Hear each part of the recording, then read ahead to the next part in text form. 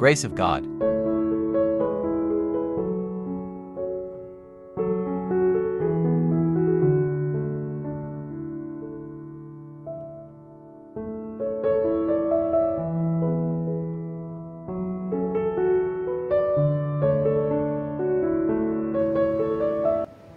ඔබ හිතන තරම් ඔබේ මනස නිදහස් නෑ. අපි හිතුවට අපේ මනස නිදහස්සේ හැසිරෙනවා කියලා, නිදහසේ තියෙන්නේ කියලා, අපේ මානසිකව නිදහසේ නෙමෙයි ඉන්නේ. එහෙම කියන්න හේතුව තමයි යම්කිසි අදෘශ්‍යමාන බලවේගයක් අපේ මනස හැමතිස්සෙම පාලනය කරනවා. මොකක් හරි දෙයක්, මොකක් හරි බලයක් විසින් අපේ මයින්ඩ් එක කන්ට්‍රෝල් කරනවා. හිතන්න, හැම මොහොතකම අපි ලඝු වෙන්නේ, ඇදිලා යන්නේ, ඇලිලා ගැලිලා ඉන්නේ වෛරල් වෙන යම්කිසි වීඩියෝ එකක් මත, ට්‍රෙන්ඩින් වෙන යම්කිසි වීඩියෝ එකක් මත, එක්කෝ හිත ඇදලා ගිහිල්ලා තියෙන ඇඩ් එකක් වෙන්න පුළුවන්. මේ ලෝකයේ තුල තියෙන අපේ ආශාව හිර කරලා තියාගන්න පුළුවන් යම්කිසි දෙයක් වෙන්න පුළුවන්. මෙන්න මේ මත තමයි අපිව ඇදිලා බැඳිලා තියෙන්නේ. විද්‍යාඥයෝ කියනවා 93%ක්ම දවස ගානේ ඕනම මොහොතක අපි ගන්න තීරණ ඇත්ත තීරණ නෙමෙයි කියලා. ඒ කියන්නේ 93%ක්ම අපේ ජීවිත කතාව ඇතුලේ ගන්න ඇත්ත තීරණ නෙමෙයි. අපි ප්‍රෝග්‍රෑම් කරලා තියෙන්නේ. මේ විදියට තීරණ ගන්න, අර විදියට දකින්න, අර වලට තමයි ඇදෙන්න ඕනේ. මේ ට්‍රෙන්ඩින් යන දේවල් වලට තමයි අපි කැමති. ආකර්ෂණීය තියෙන දේවල්, මේ හැම දෙයකටම අපිව ප්‍රෝග්‍රෑම් කරලා සිස්ටමයිස් කරලා තියෙන. අපි සිස්ටම් එක ඇතුළට ගිහිල්ලා තියෙන්නේ. ඒක නිසා අද දවසේදී මීට වඩා ටිකක් තරකානුකූලව අපේ මයින්ඩ් එක අපි හදාගන්නේ කොහොමද කියලා බලන්න යනවා. ඉතින් ඔබවට සිදුවෙන මේ කිසිම සිදුවීමක් අහඹු සිදුවීම් නෙමෙයි. මේ හැම දෙයක්ම ප්‍රෝග්‍රෑම් කරපු සිදුවීම්. අපිත් ඒ ප්‍රෝග්‍රෑම් එකට අහු වෙලා ඉන්නේ. අපි හැමෝම මිනිස්සු විදියට මේ වර්තමානයේ මේ සිස්ටම් එකට අහු වෙලා ඉන්නේ. ප්‍රෝග්‍රෑම් කරලා තියෙන දේවල් වලට අපිවත් අහු වෙලා ඉන්නේ. කල්පනා කරලා බලන්න, ඔබ කොච්චර ඔබේ දුරකථනයට ලැබිව ඉන්නවද? තාක්ෂණය කියන දේවල් වලට ලැබිව ඉන්නවද? විලාසිතාව කියන දේවල් වලට ලැබිව ඉන්නවද? නොයෙකුත් නරක පුරුදු වලට, ඇබ්බැහිවීම් වලට ඔබ ලැබිව ඉන්නවද? හැම දෙයක්ම අහඹු සිදුවීම් නෙමෙයි, ප්‍රෝග්‍රෑම් කරපු දේවල්. ඒක නිසා අද දවසේදී වෙනවා අපි උත්සාහ කරන්න ඕනේ මේ ප්‍රෝග්‍රෑම් එකෙන් එළියට ඇවිල්ලා අපිවම ට්‍රේන් කරගන්න.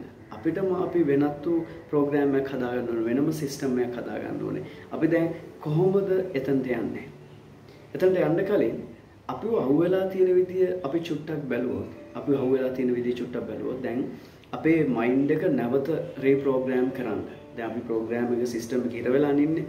අලුතෙන් ආයේ රීප්‍රෝග්‍රෑම් කරන්න නම් පැය 72ක් යනවා. පැය 72ක කාලයක් යනවා. ලොකු කාලයක් ගන්නවා. ඒක නිසා තමයි කියන්නේ ගොඩක් තැන්වලදී මනෝවිද්‍යාව තුළ යම් කිසි දෙයක ඉර වුණාම නිශ්ශබ්දව ඉන්න, තමන්ව කූල් කරගන්න අපි රික්තකයක් නිර්මාණය කරන්න ඕනේ. හිස් බවක් එක්ක තමයි නැවත අපේ මේ සිස්ටම් එක පුරව ගන්න ඕනේ. ඒ කියන්නේ මයින්ඩ් එක රීප්‍රෝග්‍රෑම් කරන්න පැය 72ක් යනවා. ලොකු කාලයක්.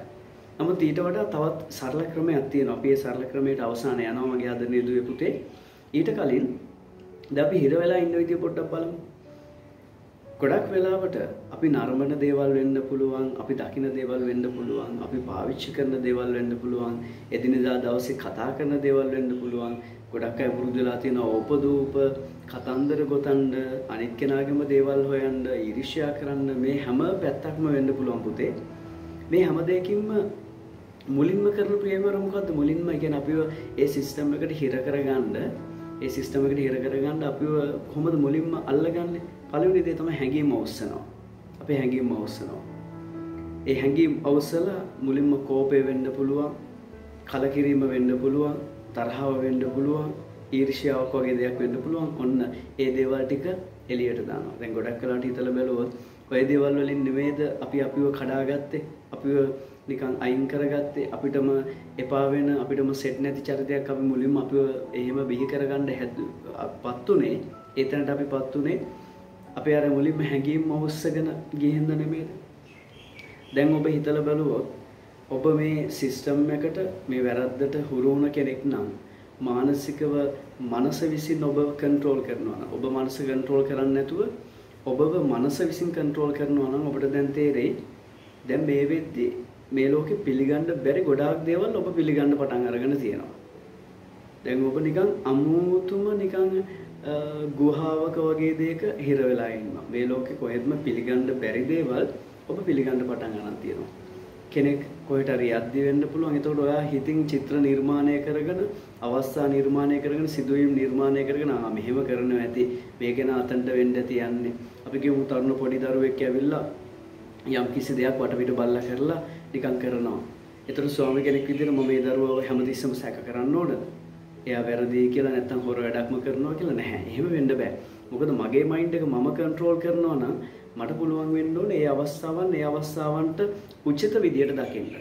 හැමතිස්සෙම අර එකම විදියට අපි ජජ්මන්ට් එකකට එන්නේ නැහැ. ඒ දරුවට එකපාරක් වැරදුනා කියලා අපි හැමතිස්සෙම ඒ දරුවා වැරද්දින්නවා කියලා තීරණය කරන්නේත් නැහැ. ඒ කියන්නේ මයින්ඩ් එක මාව කන්ට්‍රෝල් කරනවානේ. එහෙම බෑ.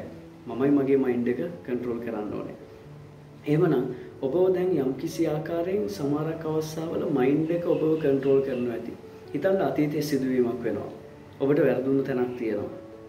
ඒ වැරදුණු තැනත් එක්ක අද වර්තමානයේ ඒ දරුවා ඒ විදිහේ යම්කිසි දෙයක් කරන්න යද්දී උදාහරණයක් විදිහට කියමු. ඔබට යම්කිසි තැනක ඔබ රැවටිලා තියෙනවා. ආදර සම්බන්ධතාවයක් කියමු රැවටිලා තියෙනවා. එතකොට යම්කිසි අද තරුණ දරුවෙක් දියණියක් ඒ වගේම පරිසරයක ඒ වගේම ටයිම් එක ඒ වගේම කෙනෙක් එක්ක කතා කරගෙන හිටියොත් ඔබ මුලින්ම හිතන්නේ මේ කෙල්ලත් අර වගේ තමයි. මං වගේ තමයි මට වැරදුනා වගේම තමයි මේ කෙල්ලටත් වැරදිලා තියෙන්නේ. අපි හිතනව නේද එහෙම?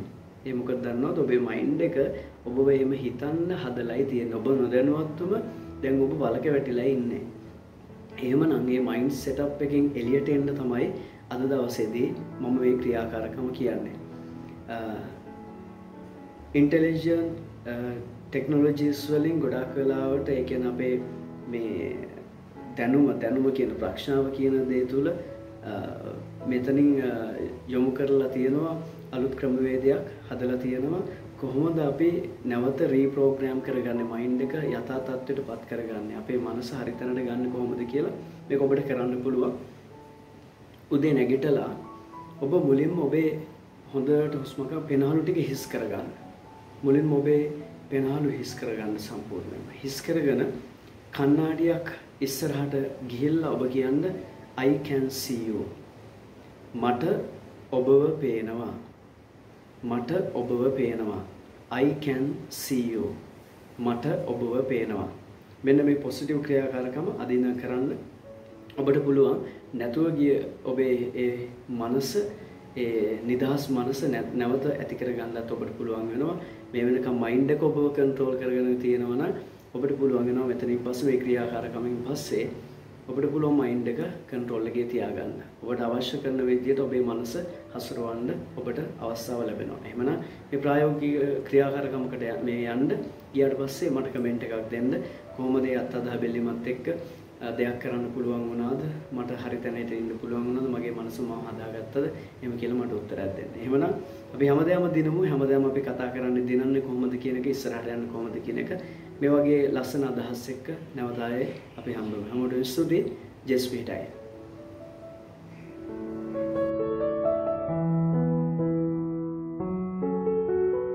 We are the Grace of God team.